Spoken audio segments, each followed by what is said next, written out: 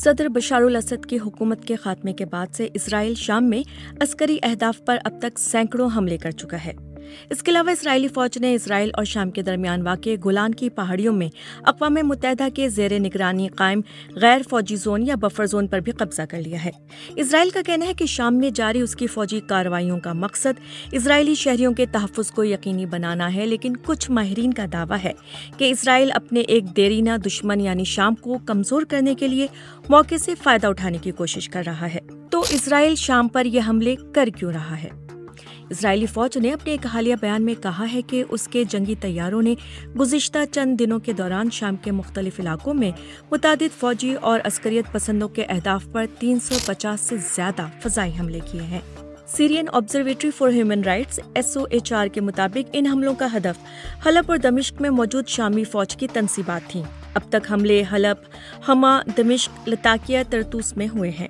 SOHR के बानी Rami Abdurrahman कहते हैं कि इसराइली हमलों का मकसद शाम की फौज की लड़ने की सलाहियत को खत्म करना है।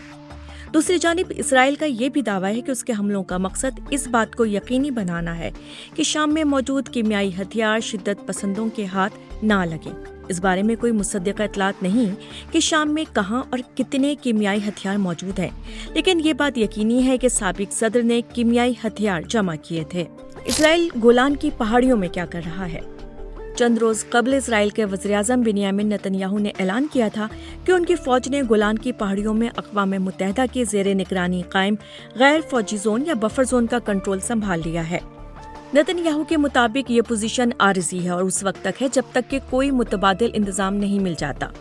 शाम से मौसूल होने वाली इतलात के मुताबिक इसराइली फौज गैर फौजी जोन से कहीं आगे निकल चुकी है और दमिश्क से महज 25 किलोमीटर के फासले पर मौजूद है। लेकिन इसराइली फौज के तर्जुमान का कहना है कि वो बफर जोन से आगे तो निकले हैं, लेकिन ज्यादा नहीं। क्या इसराइल के खदशात दुरुस्त हैं?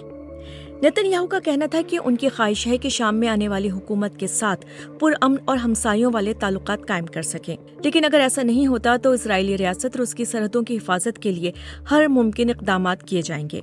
लंदन में कायम think tank royal United services institute के डॉक्टर H.A. हिलेयर का कहना है कि इसराइल में ये सोच पाई जाती है कि शाम की जानिब से फोर्सेस गोलान में दाखिल होने की कोशिश कर सकती हैं और इस बात को यकीनी बनाने के लिए कि इसका कोई इम्कान मौजूद ना रहे, इसराइली फौज सरहद में मजीद अंदर तक दाखिल हो गई है।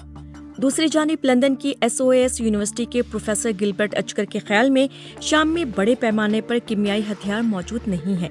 उनके मुताबिक वो सिर्फ 2 या 3 मकामात पर हैं, लेकिन 300 से ज्यादा फजाई हमले करके आप मुल्क शाम को बहुत ज्यादा कमजोर करने की कोशिश कर रहे हैं। उनका कहना है कि इसराइलियों की नज़र में बशारुल असद एक ऐसा शैतान था जिसे वो जानते थे, लेकिन असद के जाने के बाद क्या होगा इस बारे में काफी गैर यकीनी पाई जाती है। उनको डर है कि लीबिया की तरह शाम भी मुख्तलिफ मुताहरिब धड़ों में तकसीम हो जाएगा और कोई ऐसा धड़ा बरसरे इक़्तिदार ना आ जाए जो इसराइल से दुश्मनी रखता हो।